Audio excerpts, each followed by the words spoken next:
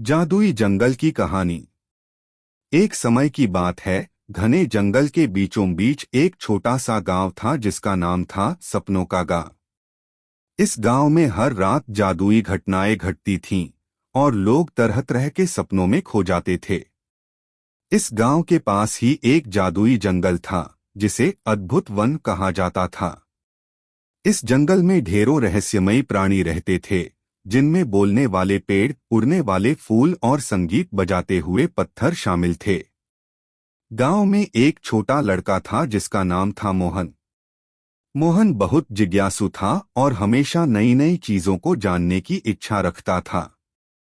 एक दिन उसने अपने दादाजी से अद्भुत वन के बारे में सुना और उसने ठान लिया कि वह उस जादुई जंगल की खोज करेगा।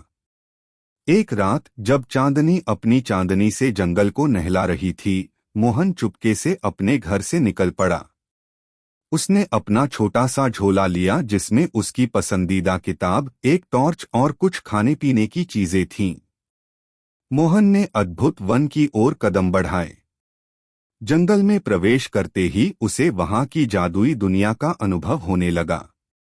पेड़ उससे बातें करने लगे और फूलों ने उसकी राह में सुंदर संगीत बजाना शुरू कर दिया। वह उन सबको देखकर मंत्रमुग्ध हो गया।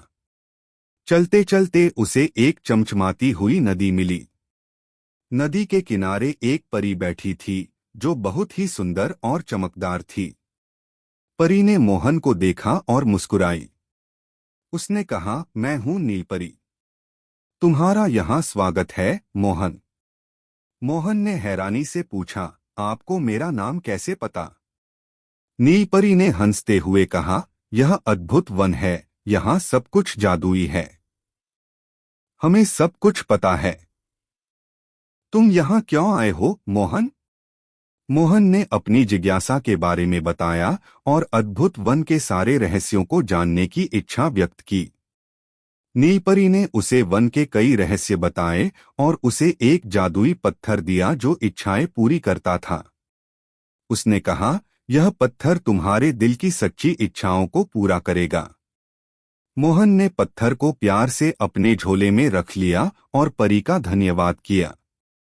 परी ने उसे सुरक्षित गांव लौटने का रास्ता दिखाया और कहा कि जब भी उसे कोई मदद चाहिए हो, वह बस पत्थर को छूकर अपनी इच्छा व्यक्त करे।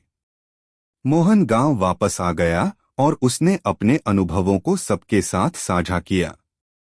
सभी गांववासी उसकी कहानी सुनकर अचंभित रह गए और मोहन को हीरो मानने लगे। अब मोहन जब भी किसी मुसीबत में होता, वह जादुई पत्थर की मदद लेता और अपनी समस्याओं का हल निकालता।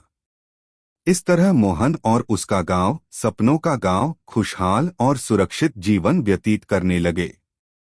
अद्भुत वन की जादुई कहानियां पीढ़ी दर पीढ़ी सुनाई जाती रहीं और मोहन का साहस और जिज्ञासा सबके लिए प्रेरणा बन गई। और इस तरह मोहन और सपनों का गांव हमेशा खुशियों से भरा रहा। ऐसी ही मजेदार कहानियां सुनने के लिए चैनल को सब्सक्राइब करें।